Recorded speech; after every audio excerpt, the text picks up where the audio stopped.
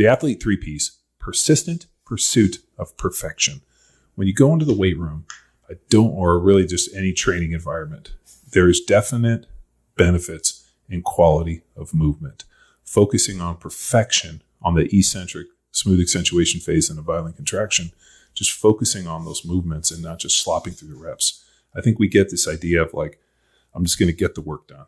But when you start talking about hypertrophy and especially performance, it has to take another step. You have to be able to expand your horizons and focus on the perfection of movements. If you watch anybody, whether you go back and you watch Pumping Iron or any of the type of bodybuilders, if you notice, they're hyper focused on perfection of movement to the point where they even take weight off the bar.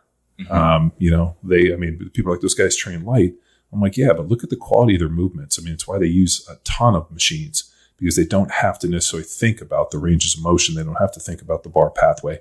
They can just set up stability and they can push. And, there's definite benefits to stability for hypertrophy, because you can take the element of like perfection in terms of movement and you kind of being the master of your own destiny and just put it into the engineer that designed the program. That's why a lot of these dudes, go to different gyms and use different machines that have different ranges of motion, different bar pathways, different different loading, so that they can continue to drive stimulus in different ways. And I know training with some bodybuilders, there was one gym they really liked this chest machine, and another gym they liked this leg and this shoulder, and they'd belong to a few different gyms, and they would hit these gyms on different training days because the machines were more advantageous in certain ways. And it's just about finding what kind of fits best for your body type. I've met people who, and I know this is going to sound like sacrilege, didn't necessarily get a ton of leg growth out of squats. And then they found, this one machine, whether it be a leg press or what, that effectively allowed them to grow their legs. So, same thing within the chest.